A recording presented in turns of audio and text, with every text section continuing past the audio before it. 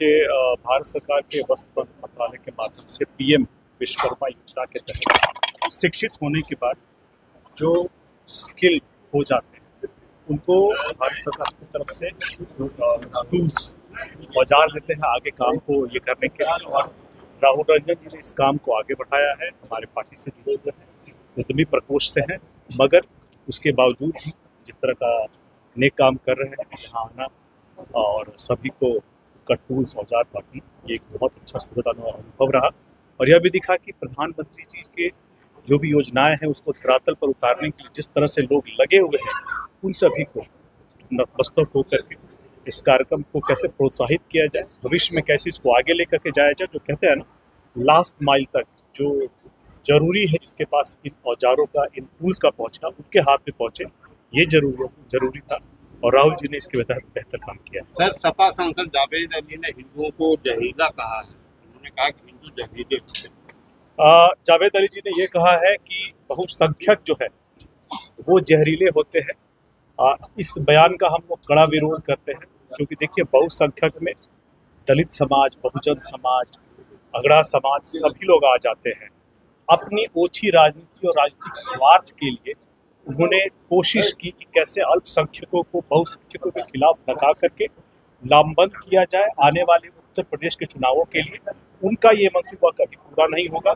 और जिस तरह से दलित समाज, अनुसूचित जाति समाज अब सपा से ठगे जाने के बाद लोकसभा चुनाव के वक्त उन्होंने जो कहा था ना, यह संविधान खतरे में, आरक्षण खतरे में है, और अब उनको खुद पता चल रहा है कि यही लोग हैं जो उत्तर प्रदेश में पासी पासवान समाज पे, दलित समाज पर, अनुसूचित जाति समाज पर अत्याचार करते हैं।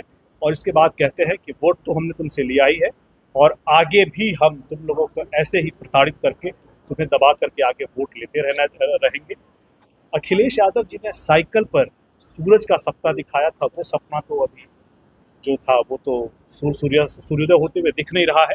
लेकिन चूंकि अब पूरा का पूरा पासवान, पासी समाज, दलित समाज वहाँ जागृत हो गया है, तो आने वाले समय में यह कहना ही जावेद अली का दर्शाता है कि अखिलेश जी बौखला गए हैं और दलित जो उनका पीडीए है ना, property of Dalit Dimple and Akhilesh, उसमें से डी खिसकता हुआ दिख रहा है। इसलिए अब उनके नेता ऊल जलूल बयान दे रहे इस तरह से। 27 में तो विधानसभा का चुनाव है यूपी में। लोक जनशक्ति पार्टी रामविलास इसको किस रूप में देख रही है और क्या तैयारी है आपकी? हमारी पार्टी वहाँ चुनाव की तैयारी कर रही है, 403 सीटों पर तैयारी कर रही है। भविष्य में तय होगा हम कितनी सीटों पर लड़ेंगे, लेकिन यह है कि हमारी तैयारी चल रही है। राहुल गांधी ने कहा है कि 2024 हम हारे नहीं, हराए गए हैं, तो 2029 हम जीत चुके हैं। 2024 में किस तरह से आपने बिहार में और उत्तर प्रदेश में, खासकर जो सबसे बड़े राज्य हैं लोकसभा चुनाव के अंतर्गत, जहां से लगभग 120 सीटें संसद में जाती है, आपने जो एजेंडा चलाया था दलितों को और बहुजनों को भरमाने के लिए कि संविधान खतरे में, आरक्षण खतरे में है, यह मंसूबा बिहार में आपका नहीं चल पाया। इसीलिए आप पूरे गठबंधन मिला करके भी आप 10 से ज़्यादा सीटें नहीं जीत पाए, क्योंकि उस वक्त चिराग पासवान जी यहाँ उपस्थित थे बिहार में और उन्होंने हर मंच से कहा कि जब तक रामविलास पासवान का अंश चिराग पासवान है, न संविधान को खतरा है, न आरक्षण को खतरा है। अगर उत्तर प्रदेश में भी हमारे नेता चिराग पासवान जी को ले जाया जाता तो मुझे पूर्ण विश्वास है कि लोकसभा चुनाव 2024 के नतीजे इतर होते, कुछ और होते।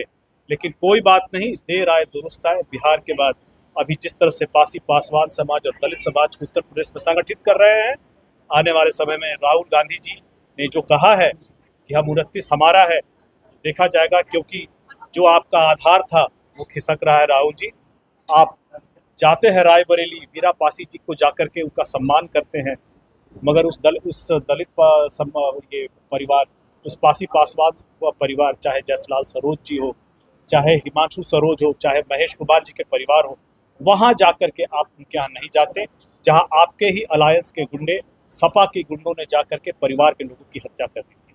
पीएम मोदी को वैश्विक सम्मान मिला है, स्लोवाकिया में उनको देश का सर्वोच्च सम्मान दिया गया। ये बहुत खुशखबरी है। देखिए, प्रधानमंत्री जी लगातार जिस तरह से देश के अलावा विदेशों में भी लगातार काम कर रहे हैं, और याद रखिए जो इंटरनेशनल रिलेशंस होते हैं, अंतर्राष्ट्रीय रिश्ते होते हैं, इनको आप एक लंबे समय तक नर्चर करते हैं तभी कोई नतीजा निकलता है।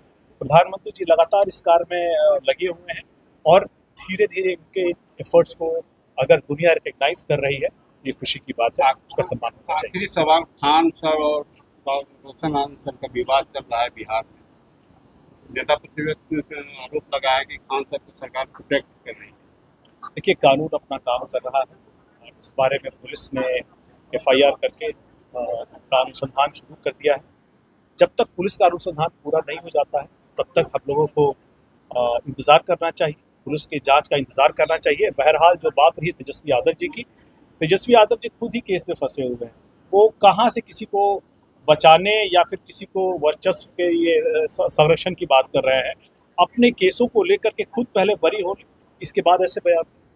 कल चिराग जी आ रहे हैं जी, देखिए, भारत सरकार के में प्रधानमंत्री जी ने जो एक लंबा कार्यकाल पूरा किया है और इसके तहत अलग अलग भारत सरकार की योजनाओं की समीक्षा और जानकारी धरातल पर कहाँ तक पहुंची है, अगर भारत सरकार के मंत्री हर लोकसभा में घूम करके अगर इसकी जानकारी दे रहे हैं तो उसका स्वागत होना चाहिए। आखिरकार मंत्री जो जितने भी हैं प्रधानमंत्री जी के अंदर जो काम कर रहे हैं, अगर सभी लोग अपने कार्यक्रमों को लेकर के, भारत सरकार की योजनाओं को लेकर के धरातल पर जाकर इसकी जानकारी ले रहे हैं और जानकारी दे रहे हैं, ये तो स्वागत योग्य कदम है। इसी कार्यक्रम के तहत हमारे पार्टी के राष्ट्रीय अध्यक्ष चिराग पासवान जी हाजीपुर और जमुई आ रहे हैं और जमुई आना स्वाभाविक भी है।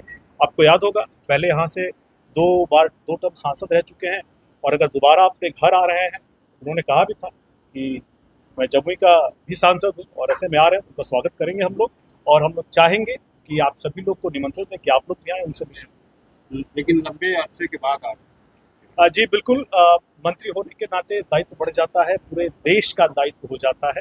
लेकिन जब भी मौका मिला है उन्होंने हमेशा प्रयास किया है कि जमुई के लोगों का भी ख्याल रखा जाए और आपने इसको पीछे 2 महीने में इन कुछ योजनाओं को धरातल पर उतरते हुए देखा है, चाहे वो वंदे भारत का जमुई में ठहरना हो, चाहे किऊल झाझा तीसरी रेल लाइन हो, नवादा लक्ष्मीपुर हो और भी योजनाएं अभी पाइपलाइन में है, धीरे धीरे जैसे स्वीकृत होंगी।